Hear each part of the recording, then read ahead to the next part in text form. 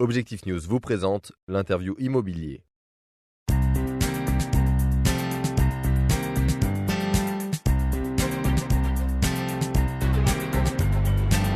Bonjour, merci de nous rejoindre sur objectifnews.tv. Nous sommes au Salon de l'Immobilier avec Emmanuelle Lassalle-Michel. Bonjour. Bonjour.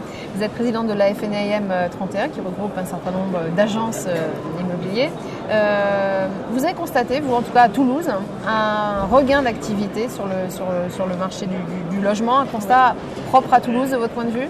Oui, on est en contact avec différentes fédérations en France, avec les chambres départementales de la FNAIM. Effectivement, la Haute-Garonne est pour le moment préservée mais bénéficie de l'environnement économique que vous connaissez, à travers notamment les commandes d'Airbus, c'est évident. Et donc on a un marché qui est porté par cette économie. On a également, on est quand même seconde ville de France, seconde ville universitaire de France, donc une forte population étudiante qui a besoin également de se loger, et là elle utilise notre parc locatif. Donc tous ces paramètres font que effectivement Toulouse a un marché de l'immobilier ancien qui se maintient.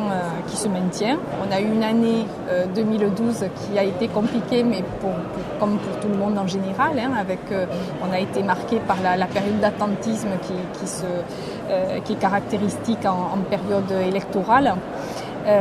Et ensuite, on a également souffert de la réforme de la plus-value, qui a porté l'exonération de plus-value à 30 ans maintenant, alors qu'auparavant elle était à 15 ans. Donc c'est vrai que ça freine un petit peu certains propriétaires. Les reventes. Oui, ça freine un petit peu les reventes, et on voit systématiquement les propriétaires, dès qu'ils veulent, ils ont une intention de vendre, c'est la première chose qu'ils nous demandent: calculez-moi combien je vais payer de taxes sur la plus-value. Donc c'est effectivement un des freins. Après, ça n'empêche qu'on a toujours besoin, pour une raison X ou Y, de revendre, soit parce que malheureusement on se sépare, soit parce qu'il y a un décès, soit parce qu'il y a des bonnes nouvelles aussi, parce qu'on a un enfant en plus dans la famille. Et puis il y a toujours les jeux de mutation. Donc pour vous, le marché n'est pas tétanisé comme on pourrait l'imaginer. On a même cette reprise qu'on a constatée en début d'année, qui s'est confirmée sur le mois de février. Donc effectivement, un marché qui est plutôt... Alors, c'est aussi ce qu'on disait, le contexte économique. Quand on compare les plus-values que vous avez sur l'immobilier et ce que vous pouvez gagner notamment à travers la bourse, on a maintenant un recul qui permet d'évaluer. On a eu sur Toulouse une augmentation sur 20 ans. Depuis 1993, sur les 10 premières années, on a eu à peu près 60% d'augmentation du prix des appartements et des maisons. Et de nouveau, de 2003 à 2013, de nouveau à peu près 60%. Alors que sur la bourse, sur les 10 premières années que je vous ai énoncées, on était autour de 50 et quelques pourcents. Et par la suite, lissé bien sûr, puisque vous avez beaucoup plus de hauts et de bas dans la bourse. Mais lissé, si vous aviez laissé votre argent pendant cette période-là, il y a eu à peine 1% de hausse. Donc c'est vrai que l'immobilier... Toujours une valeur refuge. C'est toujours une valeur refuge. C'est le placement préféré des Français, mais au-delà de ça, ça se concrétise, on le voit à travers les courbes qui sont faites comparatives. Alors de votre point de vue, est-ce que c'est plutôt le moment de vendre, d'acheter, de rester en location et d'attendre ? Quels sont les conseils que vous donnez ? On a justement, alors c'est pas nous qui avons sorti ce calcul, mais c'est meilleurtaux.com qui a évalué à partir de quel nombre d'années il est plus intéressant de louer ou d'acheter. Alors bien sûr, sur le long terme, c'est forcément l'achat qui sera le plus intéressant. Mais à partir de 9 ans à peu près, il est évident, si on doit rester 9 ans dans un appartement en location, il est évident que c'est à partir de 9 ans en fait que l'intérêt se situe. Donc effectivement, c'est plutôt...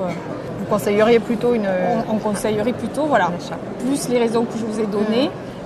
Au niveau des placements, là, cette fois-ci. Alors les plus-values aussi, il faut savoir qu'elles ne concernent que l'immobilier qui était auparavant en locatif ou en résidence secondaire. si vous revendez votre résidence principale, vous réalisez une plus-value et vous n'avez pas de taxes à payer. Donc ça reste aussi... Intéressant. Quels sont aujourd'hui les prix en moyenne sur Toulouse et sur la première couronne, prix moyen? Alors, le prix moyen sur Toulouse est assez élevé.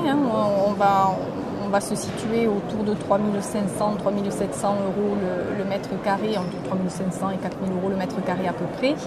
On a une hausse des prix sur Toulouse, sur le plein centre-ville. Alors ça, c'est un peu les périodes aussi de crise où effectivement on va plus se recentrer sur l'immobilier qui est le plus sûr. Donc c'est vrai que on a ce constat-là. Ensuite, sur les quartiers périphériques du centre-ville, alors on a une légère tendance à la baisse, mais ça s'explique également. On a tout ce qui est de l'immobilier un petit peu moyen, entre guillemets, qui va comporter des défauts, qui a tendance à se déprécier. Et par contre, tous les biens immobiliers de qualité qui partent à la hausse. Mais la tendance générale, c'était une baisse de l'ordre de 2% à peu près. Et après, vous avez des secteurs qui sont florissants. Vous avez tout l'ouest toulousain qui concerne la zone aéronautique. Les communes à l'extérieur de Toulouse, Tournefeuille, tous ces secteurs-là connaissent une forte demande. Et puis, vous avez des quartiers, des secteurs qui émergent également. Lesquels ? Alors, c'est notamment le secteur qui se situe dans le sud de Castanet. Vous avez l'échangeur de Montgiscard qui a rapproché le centre-ville de Toulouse, de cette partie-là de Toulouse. On y est en 7 minutes en fait. Et là, on voit vraiment qu'une infrastructure nouvelle a permis de faire émerger un secteur. Donc c'est un secteur en plus où on arrive à trouver des terrains constructibles. Donc c'est vrai que c'est une zone qui s'est développée. Merci Emmanuelle Lassalle-Michel pour ce point vraiment complet sur l'immobilier autour de Toulouse. Merci. Merci.